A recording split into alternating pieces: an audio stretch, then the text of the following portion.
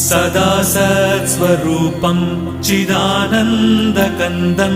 जगत्सम्भवस्थानसंहारहेतुं स्वभक्तेच्छया मानुषं दर्शयन्तम् नमामीश्वरं सद्गुरुं साईनाथं नमामीश्वरं सद्गुरुं साईनाथम् भवध्वान्तविध्वंसमार्ताण्डमीड्यं मनोवागतीतं